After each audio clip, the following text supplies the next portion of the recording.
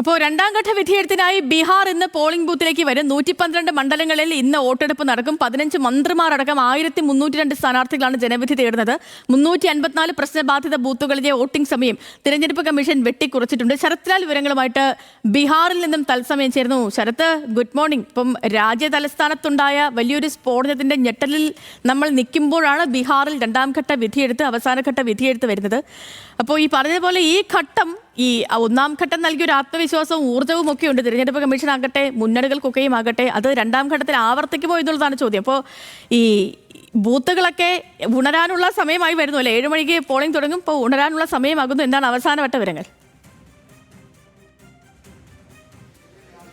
സേതുലക്ഷ്മി, ഞാനിപ്പോൾ നിൽക്കുന്നത് മധുബനിയിലെ വനിതാ കോളേജിലെ പോളിംഗ് ബൂത്തിലാണ്. സ്വയമായിട്ട് ബൂത്തിങ്ങിലുള്ള എല്ലാ തെരഞ്ഞെടുപ്പ് കാര്യങ്ങളും ഇപ്പോൾ തുടർന്നു കൊണ്ടിരിക്കുകയാണ്.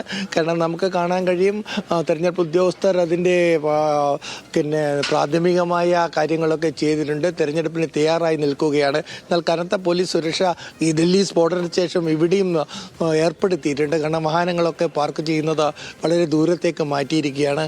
എന്തായാലും നമുക്കറിയാം, ഈ രണ്ടാം ഘട്ടം വളരെ പ്രധാനപ്പെട്ട ഒരു തെരഞ്ഞെടുപ്പ് തന്നെയാണ്. 122 മണ്ഡലങ്ങളിലാണ് ഇപ്പോൾ തെരഞ്ഞെടുപ്പ് നടക്കുന്നത്. ഇതിലെ പ്രത്യേകത, ആദ്യമായിട്ടാണ് ഇവിടെ ഇത്രയധികം തെരഞ്ഞെടുപ്പിൽ ജാതി രണ്ടാം ഘട്ടത്തിലേക്ക് കടന്നു വന്നിരിക്കുന്നത്. 32 മണ്ഡലങ്ങൾ ജാതികൾ പരസ്പരം മത്സരിക്കുന്നു എന്ന് തന്നെയാണ്. 4 മണ്ഡലങ്ങളിൽ മുസ്ലിം സ്ഥാനാർത്ഥികൾ മാത്രമേ ഉള്ളൂ. അങ്ങനെ ഇത്തരത്തിലുള്ള ജാതീയമായ രീതിയിലേക്ക് രണ്ടാം ഘട്ട വോട്ടെടുപ്പ് എത്തിയിരിക്കുന്നു എന്ന് വേണം പറയാൻ. അതേപോലെ തന്നെ 1302 സ്ഥാനാർത്ഥികളാണ് അവരുടെ ഭാവി തേടുന്നത്. ഇതിൽ 15 കേന്ദ്രമന്ത്രിമാരും ഉൾപ്പെടുന്നുണ്ട്. നിരവധി പ്രശ്നബാധിത ബൂത്തുകളുള്ള ഒരു പ്രദേശമാണ് ഗയ ജില്ലകളിലടക്കം ഉള്ളത്. അതുകൊണ്ട് തന്നെ ഈ തെരഞ്ഞെടുപ്പിനെ സംബന്ധിച്ചോളം ഇരു മുന്നണികൾക്കും വളരെ നിർണായകമാണ്. 3.7 കോടി വോട്ടർമാരാണ് ഈ രണ്ടാം ഘട്ടത്തിൽ വോട്ട് ചെയ്യുന്നത്.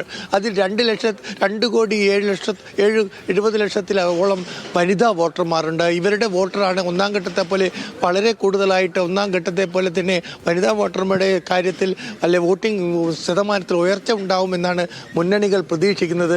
ഏതായാലും വളരെ പ്രധാനപ്പെട്ട ഒരു തെരഞ്ഞെടുപ്പാണ് ഇതെന്ന് നമുക്കറിയാം. അത്രയധികം ഹൈ വോൾട്ടേജ് പ്രചരണമാണ് നടന്നത്. അതിൻ്റെ പര്യവസാനമാണ് ഇന്നത്തെ വോട്ടെടുപ്പ്. ഇന്നത്തെ വോട്ടെടുപ്പിൽ ഒന്നാം ഘട്ട വോട്ടെടുപ്പ് പോലെ തന്നെ പോളിംഗ് ശതമാനം ഉയരുകയാണെങ്കിൽ ഇരു മുന്നണികൾക്കും സംബന്ധിച്ചിടത്തോളം ഒരു കാര്യമായ ഒരു ആത്മവിശ്വാസം പ്രകടിപ്പിച്ചിരുന്നു ഒന്നാം ഘട്ടത്തിന് ശേഷം NDA.